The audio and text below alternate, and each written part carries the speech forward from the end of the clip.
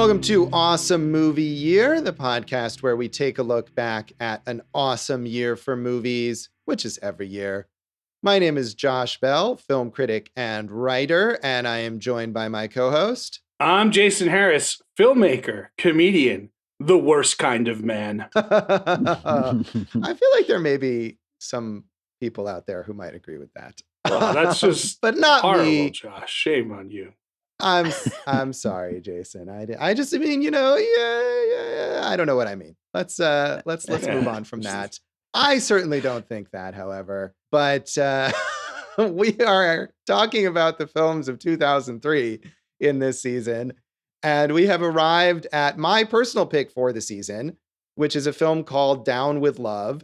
And I think in our personal picks, we varied. Sometimes we've picked movies that are well known, that are just don't fit in one of our categories and we just really want to talk about. But this is a movie that's not particularly well known. And as I've done in some seasons, I wanted to highlight a movie that I think is kind of underrated, that more people I feel like should know about. And I love this movie, Down with Love. It is a romantic comedy starring Renee Zellweger and Ewan McGregor. It is in a lot of ways a pastiche of 1960s era romantic comedies, and especially the movies that Rock Hudson and Doris Day made together, including Pillow Talk, which is the most famous, as well as Lover Come Back and Send Me No Flowers. But as I was mentioning to Jason, I'm pretty sure that the first time I saw this movie, I had not really seen any or almost any of the movies that it kind of plays with and parodies. And I think this is an enjoyable movie regardless. It's set in 1962. It's got this amazing colorful production design and costumes. And it's sort of a satire of the old-fashioned values of movies, of romantic comedies from that era, with a bunch of ridiculous mistaken identities and deceptions as these two characters, Barbara Novak and Catcher Block, fall in love as they're kind of deceiving each other. So this movie, I think, is just so much fun. And so I'm hopeful that Dave and Jason will agree with me, but we'll see. It was not a big hit. It premiered at the Tribeca Film Festival, which is a prestigious kind of launching pad, but it didn't go on to huge success. It grossed $39.5 million at the box office on its budget of $35 million, which is not particularly successful. It's not a huge failure, but certainly not a success in the way a studio would have wanted. And apparently, I didn't remember this, but apparently it opened the same week as The Matrix Reloaded and was viewed as counter-programming for that. But I feel like something like that was such a juggernaut that nothing could be counter-programming to The Matrix Reloaded. What do I know? I'm just the worst kind of guy. Oh, man. Jason is going to give this podcast the silent treatment. You could have at least explained the reference, Josh. You could have done that for me. Well, it's a reference to this movie, which it always is. And yes, Catcher Block, the Ewan McGregor character, is referred to as the worst kind of man, but he's great. Catcher Block is great. So, if you want to compare yourself to Catcher Block, Jason, I feel like it's a positive. Look at you trying to spin it. You're a regular Robert McNamara, aren't you, Josh? Yes. As we discussed in our last episode, I am akin to the architect of the Vietnam War. So now that we've successfully insulted what's worse, each other, that or a comedian / podcaster? I don't know. Yeah, it's a tough call, really. Anyway, this movie, it got a mixed response, let's say, from critics and from audiences. In addition to not making a ton of money at the box office, it got a C+ from CinemaScore, the audience polling service. And I feel like movies, oftentimes with CinemaScore, movies that get low ratings, it's because audiences expected one thing and got something else. And I think this is a movie that would have been really tough to market, to make it clear to audiences what they would be getting into with this. So it doesn't surprise me that it got a low CinemaScore. It did, however, it got 2 thumbs up from Ebert and Roper. And Roger Ebert liked it, although he was a sort of measured in his praise. He said, "Down with Love is no better or worse than the movies that inspired it. But that is a compliment, I think. It recalls a time when society had more rigid rules for the genders, and thus more adventure in transcending them. And it relishes the big scene where a hypocrite gets his comeuppance. The very concept of comeuppance is obsolete in these permissive modern times, when few movie characters have a sense of shame and behavior is justified in terms of pure selfishness. Barbara Novak's outrage at sneaky behavior is one of the movie's most refreshing elements from the 1960s. Not to say she isn't above a few neat tricks herself. And I don't know that this movie is like trying to celebrate the values of the 1960s that Ebert seems to think it may be. That's not what. No, it's just an homage, or a good, modern movie that's in that kind of pastiche, right? It's not trying to break any new ground. It's just kind of like a tribute in that way, I feel like. I mean, it is a tribute, but I think it's also a subversion. I mean, I think it's definitely not just trying to replicate the values and the ideas that would be in one of those movies from the time. And so when he says it's no better or worse, I mean, maybe in terms of the quality that may be true, but to the idea that it's no different, that we could have plucked this movie out of the 1960s and it would be the same, I think is very wrong. Well, you're probably right, Josh. I did try to watch some of those Doris Day, Rock Hudson movies, and I was unable to. So I'm flying blind on the reference points on these. Sorry. Right. Well, but you're familiar with the 1960s. You're familiar with kind of the values and some of the pop culture from that period. Josh, all I know is potato heads are just potato heads now. I don't know what that has to do with anything. I don't know anything about anything else, man. So I get what you're saying. I look, it's a good send up of it. What is your question, Josh? Well, I think my question to Ebert is he seems to think that this is not necessarily a send up, but just a replication of it. That it is, and I don't think that that's true. I mean, it replicates a lot of the aesthetics of it and a lot of the storytelling techniques, but it uses that in order to do something that is more modern. And he seems to think that it's not modern. I think a better current reference than Mr. Potato Head would possibly be Pepe Le Pew, which I think there's a little bit more of a connection here with Ewan McGregor's character. Yeah. The idea that this guy would So you're calling Coucher Block rapey? Is that what you're doing? Or well, I'm saying one might be able to make that. No. I don't think so. I think now you're being too woke, Dave. Don't make me go to the other side here. You started. No, because Catcher Block, there is 0 point in this movie where he has non-consensual relations with anyone. Mm-hmm. Sure, he tries to trick a woman into believing that he's someone else, but at the same time, everything he does is consensual. Sure. Right. Well, I think the point isn't necessarily that Catcher Block is rapey, but that the Catcher Block type of character in a movie from the 1960s would be a lot more rapey. Well, again, I haven't seen those movies, so I'm going to go to the local video store and I'm going to look up rapey 1960s as a subsection. But was Rock Hudson rapey in those movies, Josh? I mean, maybe not Rock Hudson specifically. And I've seen Pillow Talk, although a very long time ago. And I haven't seen the other two movies that he made with Doris Day. But I think the point is that a lot of romantic leads, a lot of romantic heroes, male characters, not only in the 60s, but in early Hollywood, in many ways, were very rapey. I mean, to go to something that we've talked about before, like in New York, for example, which is also a pastiche of old Hollywood, that Robert De Niro character, who is a replica of characters from earlier than the 60s, but still is a bit rapey. I mean, again, I think you're just throwing around the word rapey a little too much. He's definitely harassing of women, but that's different than raping, Josh. Rapey is a strong word, definitely. Right. But no, it's not just the early stuff. Like we covered Say Anything in 1989. Would John Cusack's character not be accused of being a stalker standing outside a window, right?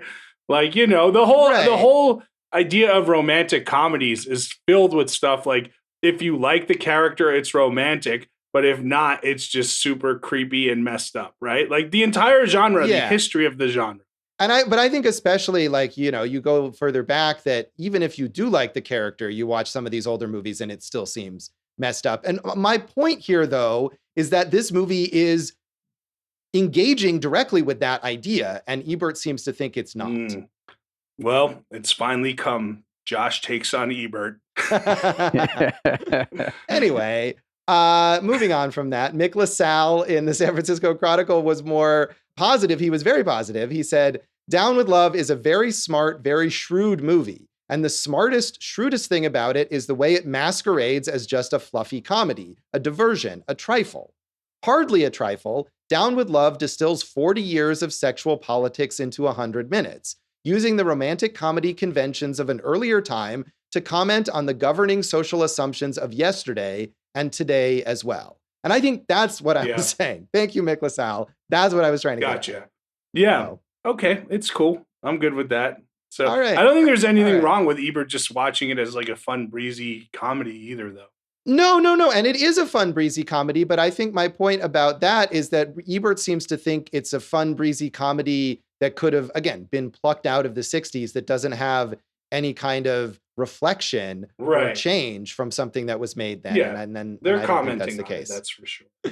Manohla Dargis in the LA Times was not a fan. She said, Down with Love director Peyton Reed gets the film's look, and in moments, it's disingenuous innocence. But you have to wonder what he and the screenwriters, Eve Ahlert and Dennis Drake, thought they were parodying.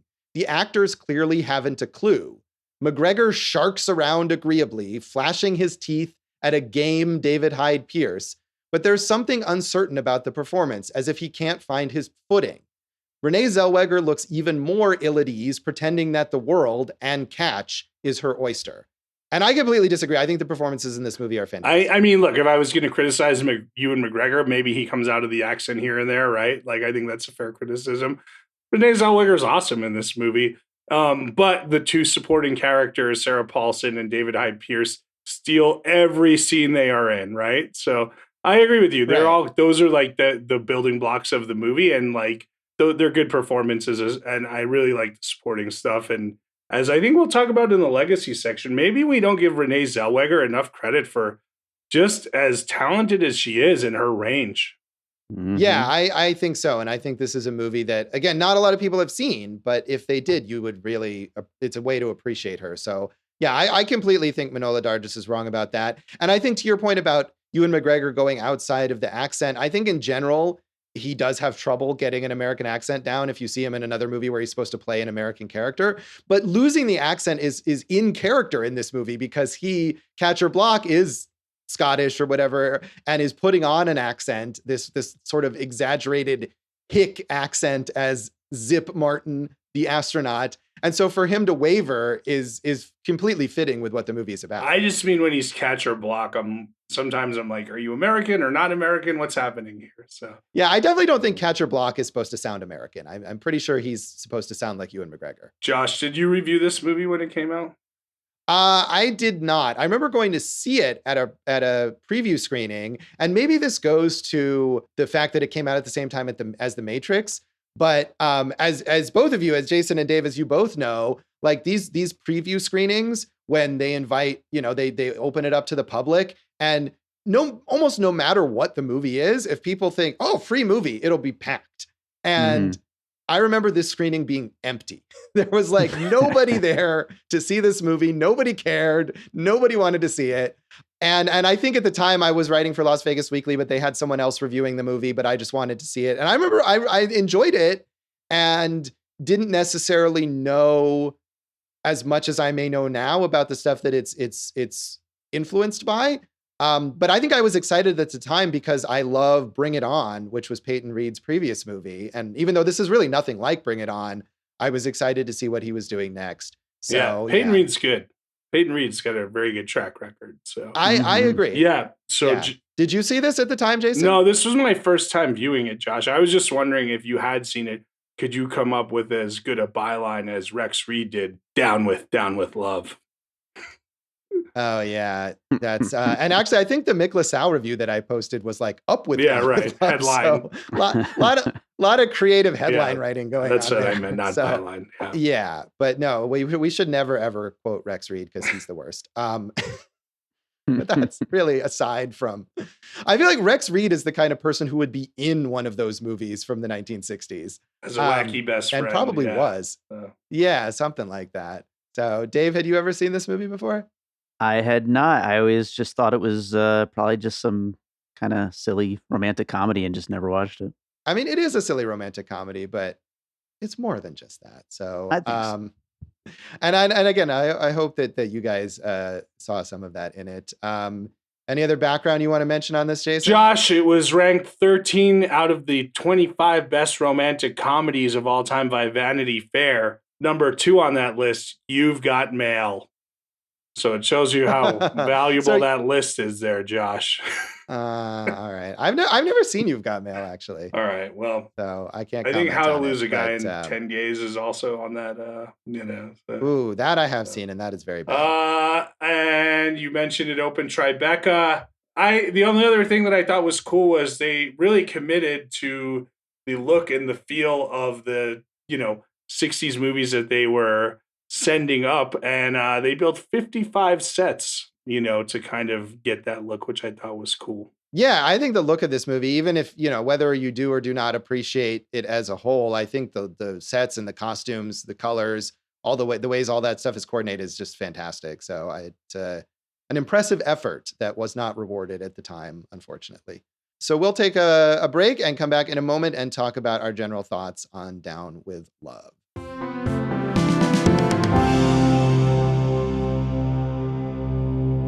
Welcome back to Awesome Movie Year. In this episode of our season on the films of 2003, we are talking about my personal pick, Down with Love. And as I've been saying a lot, I do love this movie. But Jason, how did you feel about Down with Love? I liked it. I thought the dialogue was very quick and zippy, if you will. Indeed. As I said, I liked the sets. I think, the cinematography was excellent. The costume design was excellent. And yet again, we can give an MVP award to the score, Mark Scheinman on this one, just fantastic. I think that there were certain gaps in logic that took me out of it from time to time. And I think Act 3 hangs together by a thread after the big reveal at the end. It's like, it doesn't work as well after that reveal. And I feel like the writers, Ahlert and Dennis Drake, wrote themselves into a corner and barely got out of it. And see, I would say that all of that was intentional, that the idea of these ridiculous logical leaps is something that is inherent to not only romantic comedies from this era, but still, maybe not this sort of insane reveal that you're referencing in that third act where Renee Zellweger's character, Barbara Novak, gives this long speech about her true motivations that make no sense, really, but make sense in the context of the movie, I think. And that speech is amazing. And we're talking about how good Renee Zellweger is in this movie. And it's tough to sell that kind of insane speech. And she does it in a single take. And it's great. I didn't mind the explanation and the wackiness. I did feel that fit in there. I would say from a technical standpoint, I know we stay on her the whole time. I did want a Ewan McGregor reaction shot in there. I get why we stayed on there because it's such a long, crazy, winding explanation, but I feel like reaction shots might have heightened the emotional value of it. But let's go back to Act 1 when we first see Peter McManus and Catcher Block. And, the first interaction we get with them is, Catcher, you're fired. I have to fire you. I'm going to fire you. You're bad and blah, blah, blah. And it's like, of course, not only one, Catcher gets out of it, that's fine. But two, this dude's never going to fire Catcher. He's obsessed with him. He loves him and he might be in love with him. So that whole scene just didn't work for me after I learned the relationship with the characters. I mean, again, that is the point of the scene, is that he would never fire Catcher Block, that he's performatively saying this stuff because that's what he would say in a movie like this. And also because that's sort of what that character thinks he needs to say in his position as the editor, even though, as you point out, he loves Catcher Block and may be in love with Catcher Block. So to me, all that stuff works. All that stuff, it's funny. It's funny because of what you just pointed out. And maybe you didn't find it funny, but I think all of that stuff works. I mean, I can see in that third act after the big reveal where you're kind of like, okay, now all the cards are on the table. What is left? And there's some more little twists and turns that I still think are a lot of fun. And I think it ends in a perfect way. But I could see how you might be like, all right, I'm over this by this point. Yeah. But I think that beginning stuff, it's not inconsistent. It's it's deliberate. Well, that's a counter argument that you have, Josh, and I have to respect that. That it is. But thank you. You don't have to. You can argue. But no, I didn't. I guess, maybe I hadn't seen enough of the movies from the 60s where character would do that based on, the relationship, right? Dave did. I mean, again, I feel like you don't have to have seen a movie from the 60s. You could see How to Lose a Guy in 10 Days and understand that kind of character exists. It doesn't work for me, Josh. Even if it does. Right. What did you feel, Dave? It definitely worked for me because, I think that I win, Josh. You have Dave on your side. Oh, that's true. Wow. That's true. We're just insulting each other left and right in this episode. this episode is vicious, but yeah, no, these are exactly the kind of tropes and things that you expect to see in romantic comedies, and I think in a lot of ways, this movie, you kind of set us up for it a little bit, Josh, when you first, told us that this was the episode. I didn't know really anything about this movie other than, I heard the name and knew that these stars were in it. But you told us that it was kind of a pastiche and almost a parody in a way of those kinds of movies. And I don't think you need to have seen the 60s ones. I certainly haven't. But I've seen enough romantic comedies to know these kind of characters that become caricatures, and I think it really plays with all those things so well. See, I guess I didn't. I mean, I guess to me that wasn't clear that it was satire as opposed to homage. Like I took it more as a full-fledged homage than a parody or a satire. So that's I'm just like Ebert, I guess, in that way.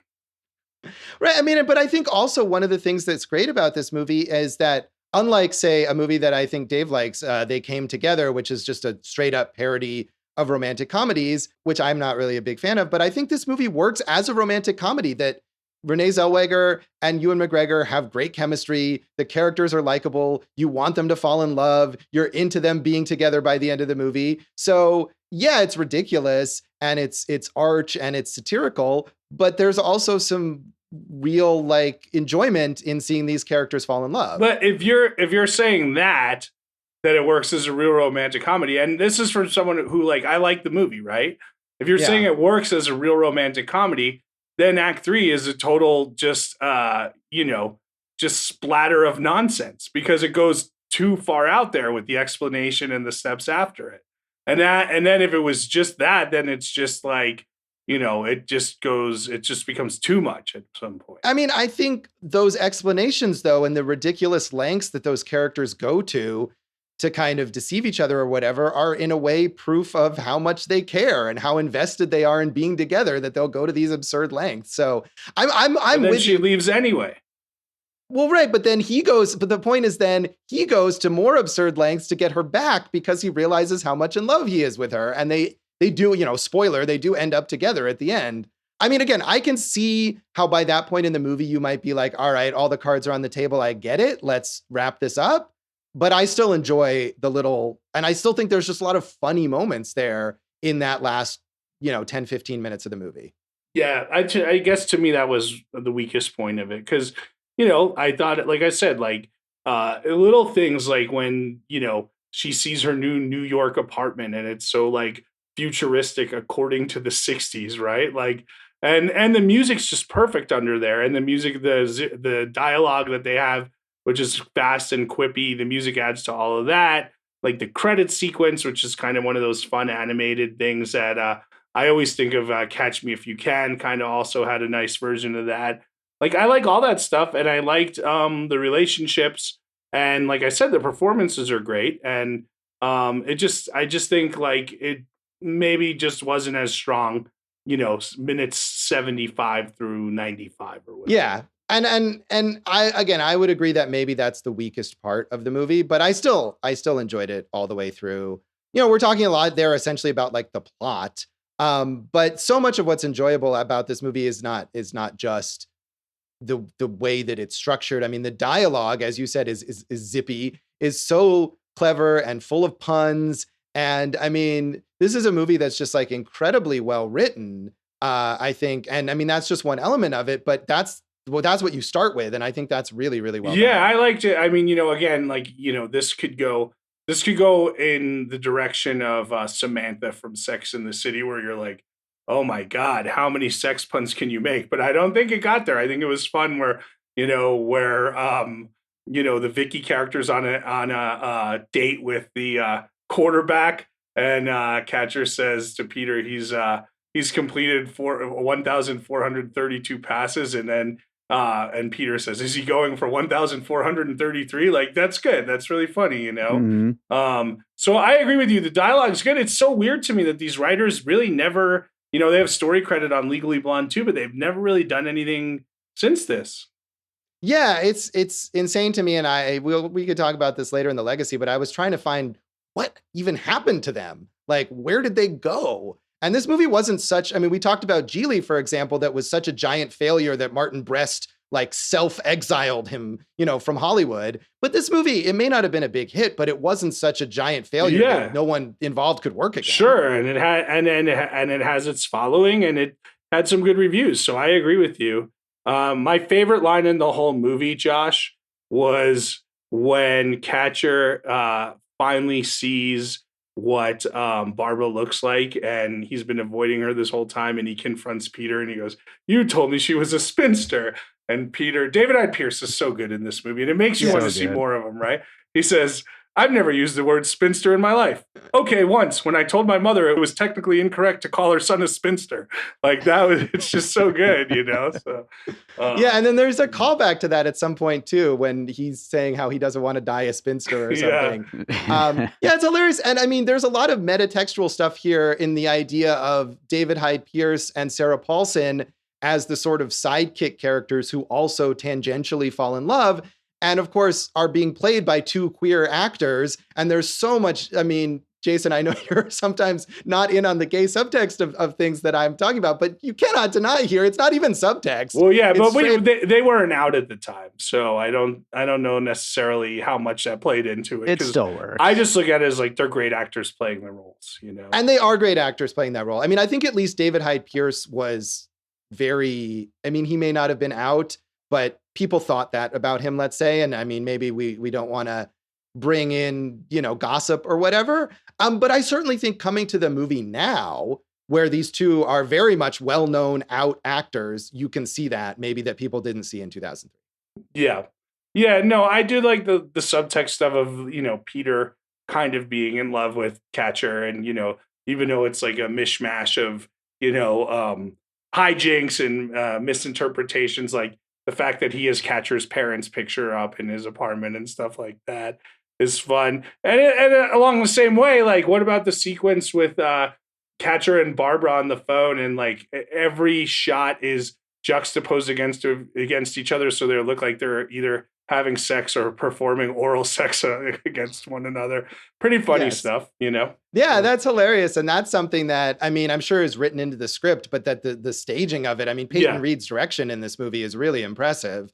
The way that stuff is all put together visually. I do love that. And I will say one more thing about Sarah Paulson and David Hyde Pierce, that, they end up married at the end, but there's so many references to the idea of this being sort of like a marriage of convenience or whatever. And she talks about, well, if you're homosexual and you're in love with Catcher Block, that's okay. Yeah, we can still get married. Right. And even for her, where it's less indicated. I mean, there's one line where she says, as man hungry as I am, I sure do hate men, or something like that. And you have to wonder for both of them, their happy ending together is maybe just they can be married so that, it's acceptable for society or something.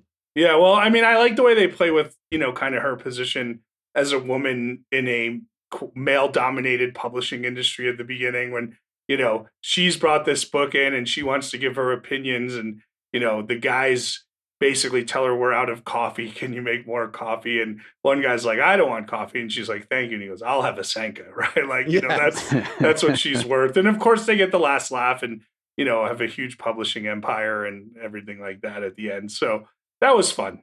Yeah, that is fun. And I love just, again, I don't know, maybe having seen any movie from that era or even like a TV show, I think of Darren from Bewitched working at an ad agency, and, that boardroom full of the guys in the same suits, and they all call each other by their initials. Right. And it's just really funny stuff, I think. And I think it's Timothy Amundsen from Psych who plays the guy who wants a Sanka, who's great. Just he's always holding his pipe and he's got those glasses. And I just thought that guy was very funny in the background. Yeah, and Josh, to be clear, I've seen plenty of movies from the 60s. I just haven't seen these Rock Hudson, Doris Day movies. Right. Oh, no, I mean, and that was what I was trying to point out, is that you're saying, oh, I haven't seen what this is about. And I'm saying, but you are familiar with this stuff. You're not illiterate on this point.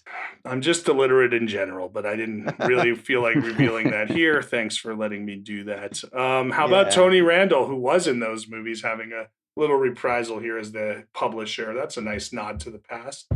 Yeah, it's a nice nod. I mean, his part isn't particularly substantial, but it's fun. It's fun to include him. And I mean, there's a lot of great background players. I mean, people we know from comedies now, like Rachel Dratch and Chris Parnell, show up here. The stewardesses that Catcher Block is always sleeping with. I like seeing Jerry Ryan from Star Trek in a very different role there as the British stewardess who he sleeps with. All of the performances down to the smallest level, those guys in the boardroom, they're all funny. Yeah, I guess. I mean, Rachel Dratch is such a funny performer. She didn't really have anything to do there. So, But... No, I mean, that's a small character, but she makes that character funny in her brief moments, I think. Yeah. Okay. Well, there you go. Now, Jason's lost all enthusiasm for this movie. Sure no, you know what I did like was I'll tell you one other detail I liked was that they gave Down with Love a Mad Magazine spoof cover. I thought that was a fun little bit there too. Yeah. So. A lot of good little details there, just in the depiction of the publishing industry, the magazines, the way that a magazine journalist like Catcher Block would be some sort of celebrity in the 1960s. And just that whole environment, I think, is just really funny and really rich. And, the Mad Men style office at one point late in the movie when Vicky and Barbara Novak have started their own rival magazine.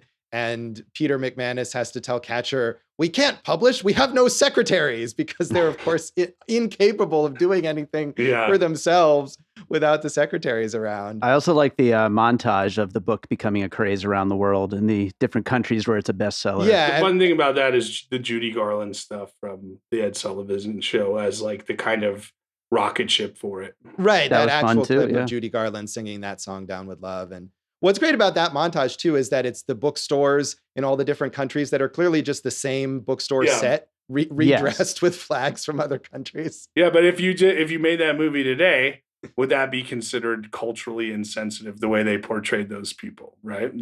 Different ethnicities. Again, I think it's a parody of the cultural insensitivity of movies from the past. I agree, but I don't think that really matters to anyone at this moment in time. And I'm not for it, but it just seems like people want to light everything on fire. And I mean, maybe so. I think a gauge for that stuff a lot, or at least for me, is I'll look at Letterboxd and people who are writing about who saw this movie recently or any movie and are commenting on it. And, a lot of times you'll see something like that for an older movie and people will be complaining about depictions of cultural depictions or sexist depictions or something like that. I didn't see any of that here. So I think you're not necessarily wrong that could potentially come under fire, but I think the movie handles it in a way that it's clearly meant to be a parody, that I think it works. All right. Jason's out. Dave, do you have any other thoughts on this movie? Do you want to talk about the big reveal at the end at all? Or what? Yeah, we could talk about it. I mean, we kind of glanced over it. The monologue is great. And one thing I did see on Letterboxd is a lot of people comparing this to Gone Girl and sort of the lengths that Barbara Novak or Nancy Brown undergoes to deceive people. So yeah. What are your thoughts on that, Jason? I kind of liked it. It's wild and nuts, and like, I could easily see someone being like, F this, but at the same time, it was fun, which is that she was Catcher Block's secretary, and Catcher asked her out, but she said no because she knew she'd just be another notch in his bedpost. So she went and left and transformed herself into this whole other person and wrote a book and, was going to become a strong, independent woman to get him to go after her. And she was one step ahead of him all these times. She knew he was going to keep blowing her off. And, she kind of had this whole thing well in hand, and it worked.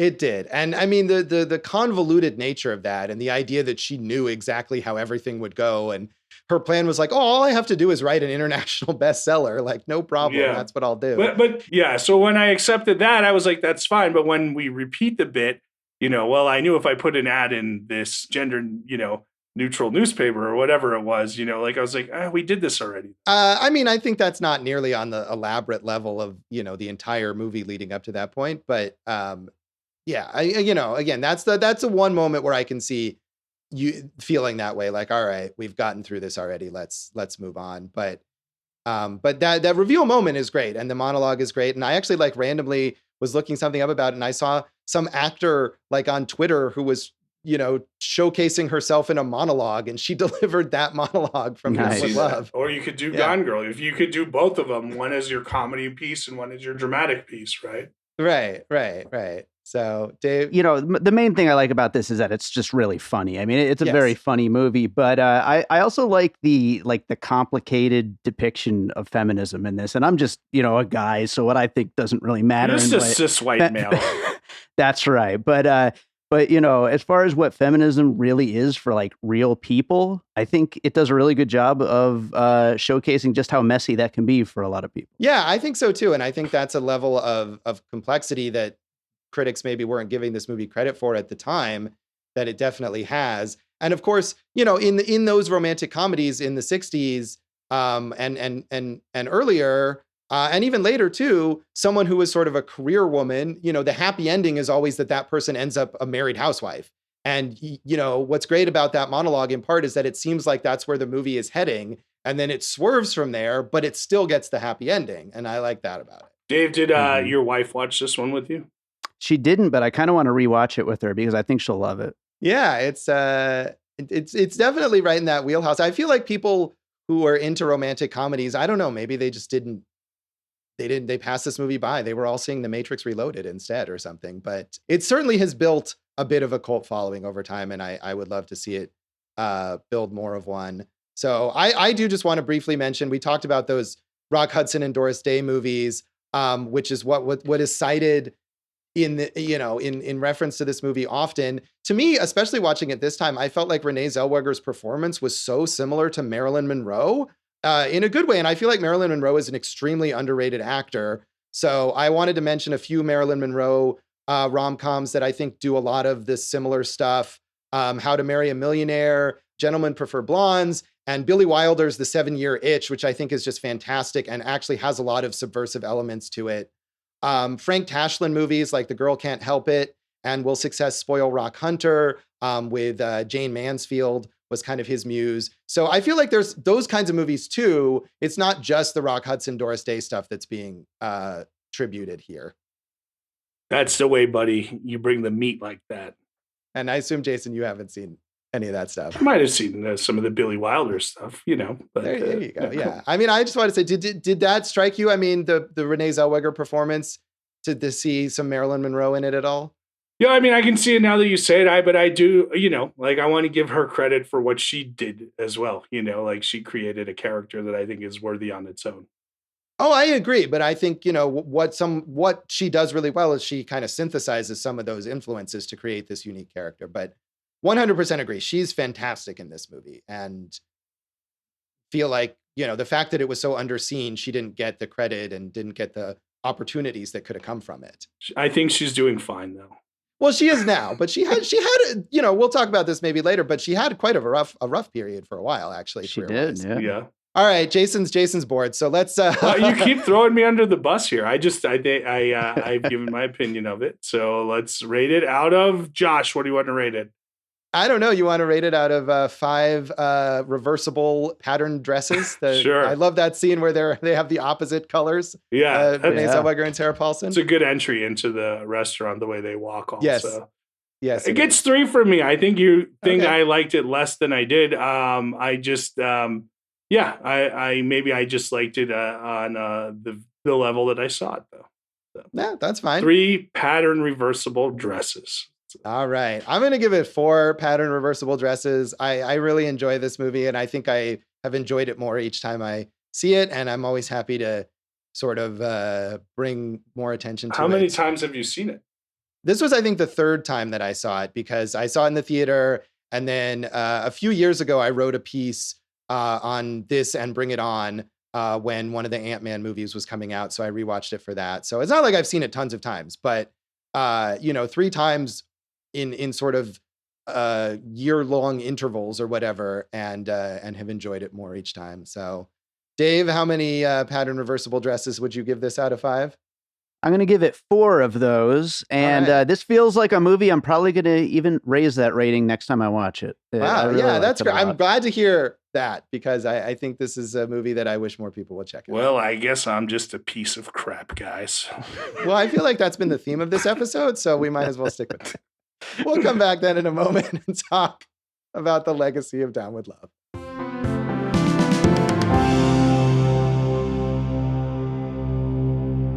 Welcome back to Awesome Movie Year. In this episode of our season on the films of 2003, we've been talking about my pick, Down with Love, which Jason was not as into, but I think we can agree that there's a lot of positive elements, and a lot of the people involved in this movie, did great work here that maybe because this movie wasn't a huge hit, they weren't able to follow up with right away. I mean, Peyton Reed, who, as I said, I loved Bring It On. I loved this movie. I thought this guy is going to be great. And immediately after this, he made a couple of mainstream comedies that I think are really not that great. He made Yes Man with Jim Carrey and The Breakup with Jennifer Aniston and Vince Vaughn. And that movie has kind of a cult following. And Jason, I think, are you a fan of that one? Count me in on that one. I like The Breakup a lot, and I understand why people, you want to talk about playing with the conventions of romantic comedies, right? That's really doing a romantic comedy in reverse, and I could see why people wouldn't like that. But it's a very good movie. I feel like that's a movie that I should maybe revisit, because I think at the time it seemed maybe I didn't see that level of playing with the form. It seemed like just kind of a blah mainstream rom-com to me. But I haven't seen it since it was in the theater, so maybe that's one to check out again. But of course, after that, he went on to make the Ant-Man movies, which Jason, you're a fan of those?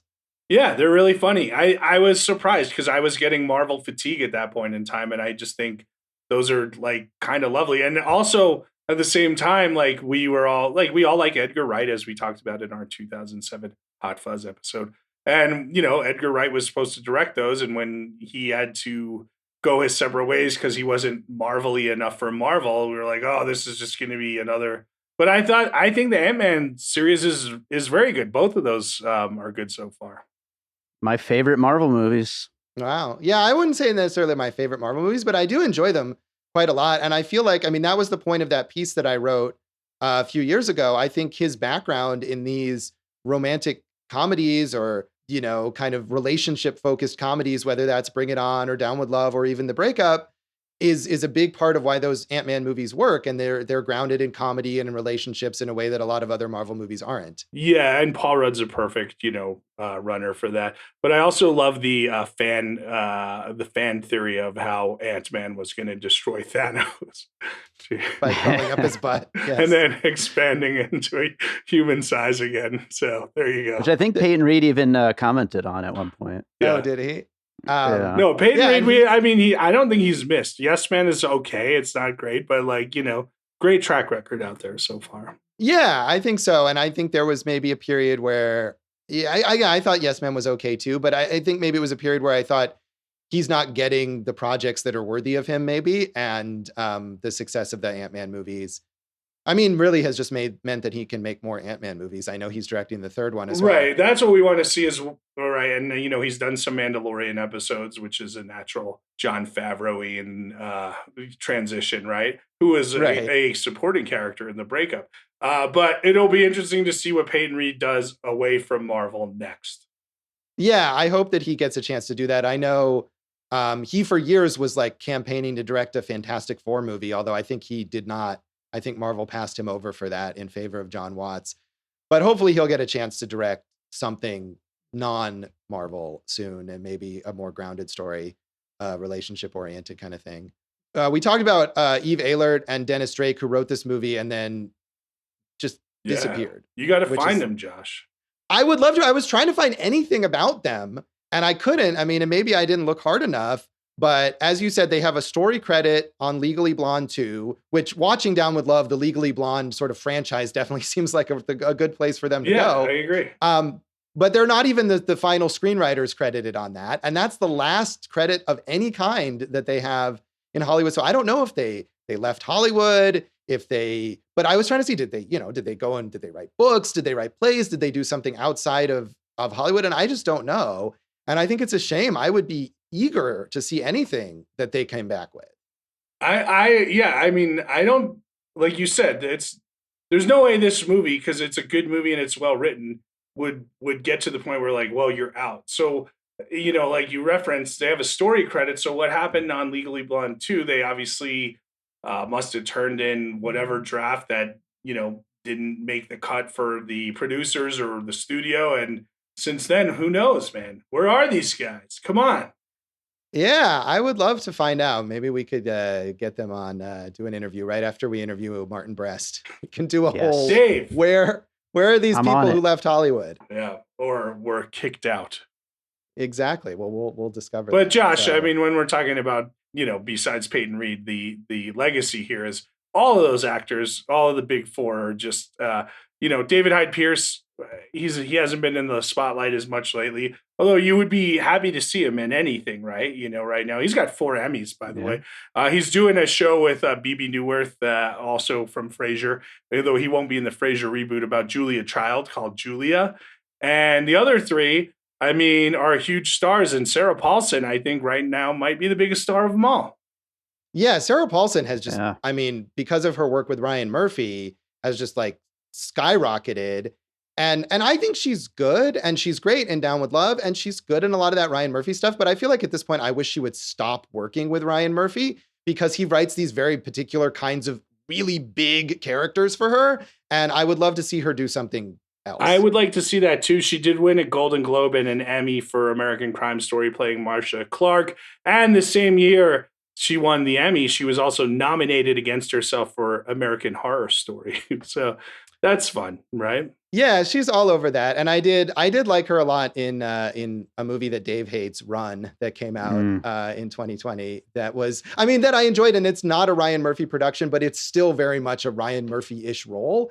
And I thought she was good in it, but I'd love to see her do something more akin to Down with Love. And Ewan McGregor is so good here and works constantly, but is almost never in comedy. I mean, you're right. He's not. I mean, I guess Moulin Rouge was kind of comedic is one thing I think of, right? And of course, Train Spotting. And, but yeah, no, I like him in almost everything. He's going to blow up again because of the Obi-Wan Kenobi show, going back to our, other universe there. We're talking about big franchises here, but he's done a lot of good movies. I think we recently mentioned Christopher Robin on another show, the Tom McCarthy show again, and I like that movie. I thought that was a good one.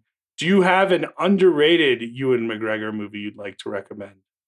Well, I was trying to find comedy roles from him, and the one thing that stood out to me was I Love You, Philip Morris. Agreed. With him and Jim Carrey, which is sort of a dark romantic comedy in a lot of ways, and I think that's an underrated movie. That's the one I picked as well. I would go with the Fargo TV series, season 3. I think he's great in that, and that's very darkly funny. That's true. He is good playing the twin characters in that one. And he won a Golden Globe. Yeah. Oh, yeah. But I Love You, Philip Morris is good. And sadly, the other thing I noted down that's sort of like a failed version of this, where it's a pastiche of something and it's just completely flops. And that is Mordecai, starring Johnny Depp, which is just terrible. But he's plays a ridiculous character. And it's a ridiculous movie. I think there's another one you could say if you want to kind of talk about an homage to a genre with someone else who has been in the news lately, wasn't Ewan McGregor in Haywire with Gina Carano? And that kind of like B movie, super badass hero, right? Yeah. I mean, that movie is not a comedy, Haywire. I mean, it is sort of a tribute to a genre in a way, but it's done with a straight face. Yeah. Good movie. And it is a good movie. I agree. Yes. Worth checking out.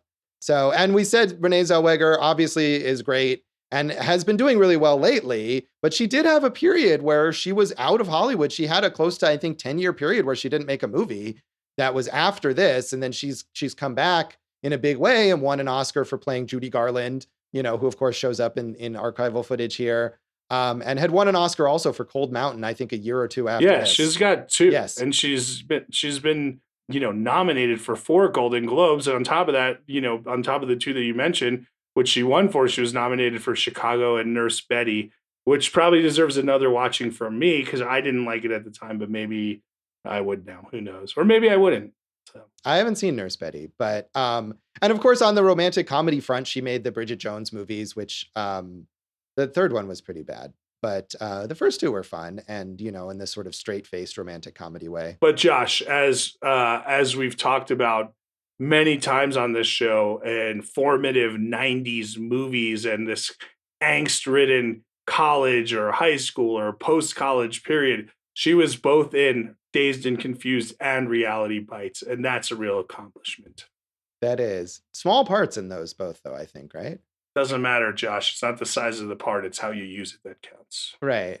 Well, she was a big, big presence during these time periods. Hey, that could have been a Down with Love double entendre, right? It could have. Perfect. So on that note, then that is Down with Love, and that is this episode of Awesome Movie Year.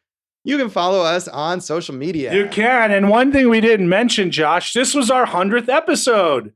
It was. I was spent all this time before we started saying how I hated to mention it, and I forgot. So thank you, Jason. Yes. Yay. So thanks to all our listeners in America, Algeria, the coming up countries of Japan and Ireland. And I don't mean those countries are coming up. They're right where they are. But our listenership is coming up in those countries. But all of our listeners around the world, we love it. We're happy that you're listening all over, no matter where you are. Let's go Liechtenstein. Come on, baby. Get those listenership numbers up. Anyway, Josh, we are, like you said, on social media. I'm Jason Harris Comedy on Facebook and Instagram. Jay Harris Comedy on Twitter. GoForJason.com. It is the best website you'll ever see. We are at awesomemovieyear.com, Awesome Movie Pod on Twitter, Awesome Movie Year on Facebook and Instagram. And that's what I got for you. 100 episodes. Yeah, it's exciting. We've made it this far, and we look forward to the next 100. Find me at joshbellhateseverything.com, at joshbellhateseverything on Facebook, and at Signal Bleed on Twitter. And listen to our producer, David Rosen's awesome podcast, Piecing It Together, which has way more than 100 episodes. We have a lot of episodes. That's right. So check them out wherever you listen to podcasts, and follow us on social media at Piecing Pod. And don't forget to join our Facebook group, Popcorn and Puzzle Pieces. So, Jason, what's coming up on our next episode? Hey, Josh, I'm excited. It is a movie I remember seeing once, and I was had my mind blown. So I'm excited to revisit it. It's our foreign feature, our foreign film of 2003, City of God. Fernando. So tune in. Nah, I don't need to say his name. You go. Okay, I was going to let you out the hook there. Yeah, you say his name. No, we'll figure out how to pronounce his name by the next episode. So tune in next time for City of God. Episode 101. Thanks for listening to Awesome Movie Year. Thank you for listening to Awesome Movie Year. Make sure to follow Awesome Movie Year on Facebook, at Awesome Movie Pod on Twitter, and at Awesome Movie Year on Instagram. And if you like the show, review us and rate us with 5 stars on Apple Podcasts.